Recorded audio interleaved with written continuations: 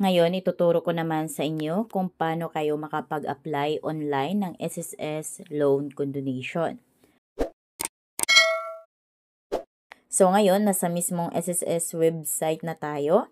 Kailangan lang nating mag-login. Lagay lang natin yung ating user ID at password.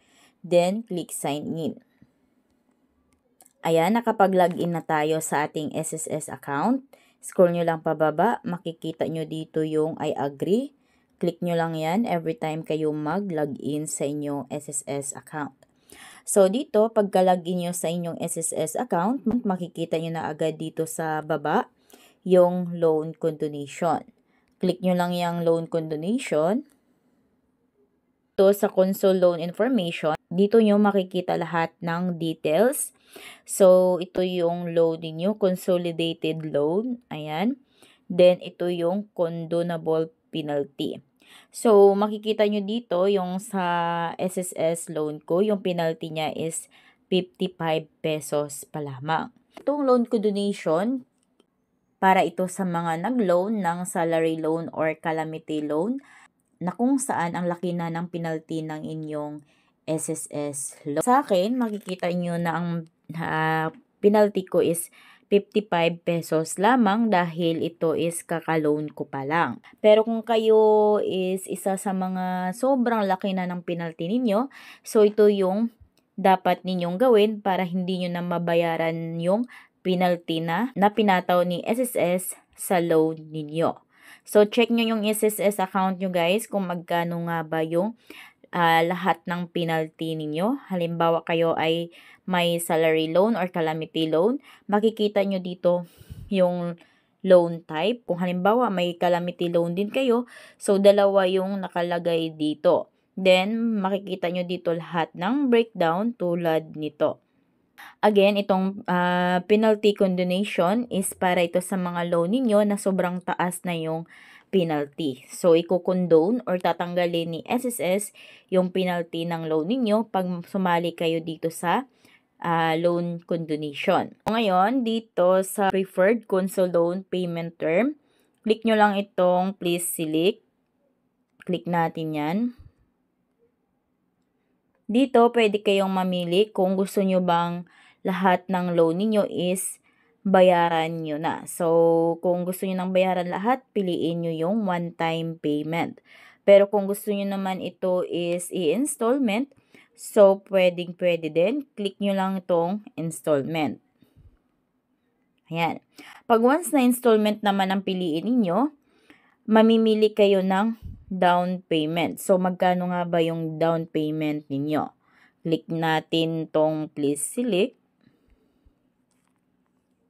Then, kung halimbawa sobrang laki ng inyong loan, pwede namang 10% yung pipiliin ninyo. Pero kung kaya niyo naman na mas malaki-laki, so mamimili na lang kayo kung ilang percent yung gusto nyo dito. So, sa akin, 50% na down payment ang gagawin ko. So, click natin yung 50%. Ayan, 50% na yung pinili ko. Next naman is the preferred payment term. Click natin yung please select. Ayan, so dito naman, sa akin, sa account ko, so 6 months lamang ang nakalagay. Kaya depende sa SSS account ninyo. So may mapagpipilian naman kayo dyan na 6 months, 1 year, 2 years, depende sa loan ninyo. So sa account ko is 6 months lamang dahil maliit lamang itong loan ko. So click natin yung 6 months. Ayan. Ayan, yung 50% yan yung kailangan kong i-down within 30 days after ko dito mag-submit. Mag-i-installment na ako nito sa loob ng 6 months. So, dito nyo makikita ang details lahat regarding sa down payment at saka sa installment. So, dito sa consolidated loan down payment, so ito yung ida-down ko. 4,259.66. So, kailangan ko yung bayaran sa loob ng 30 days. Pero kung halimbawa guys, nalakihan kayo dyan sa amount na 4,200 plus, pwede nyo naman baguhin yung 50%. So, try natin baguhin. Ayan. Ngayon, gawin natin siyang 30% para hindi masyadong mabigat.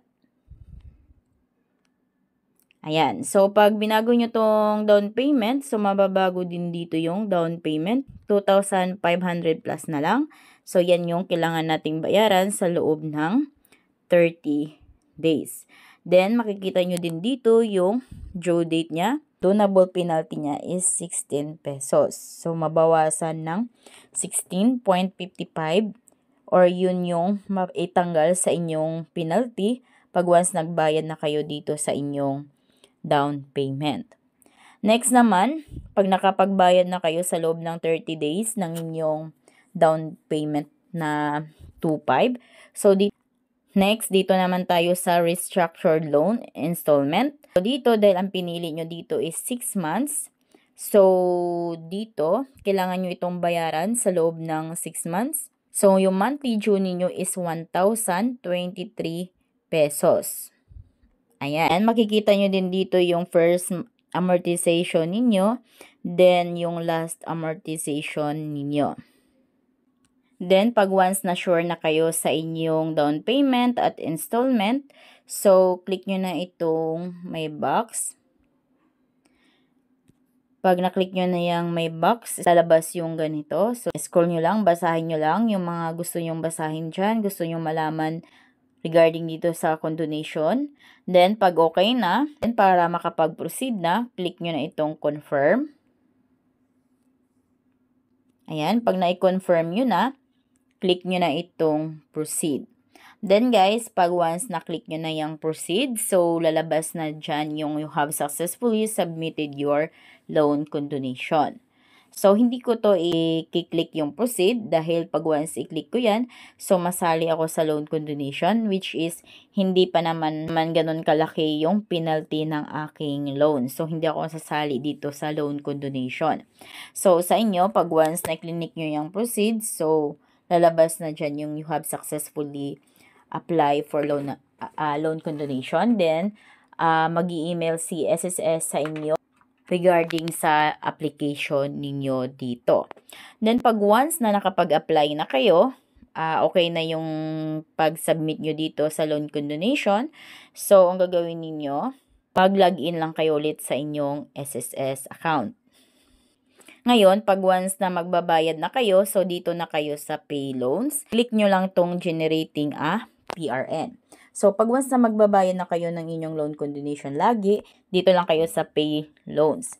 Para naman sa mga tutorial kung paano kayo makapagbayad ng inyong SSS loan condonation, i-search nyo lang ito sa YouTube, How to Pay SSS Loan Condonation, Jobs Vlog. Lalabas na dyan yung mga tutorial ko. So, ganun lang guys kung paano kayo makapag-apply dito sa loan condonation online.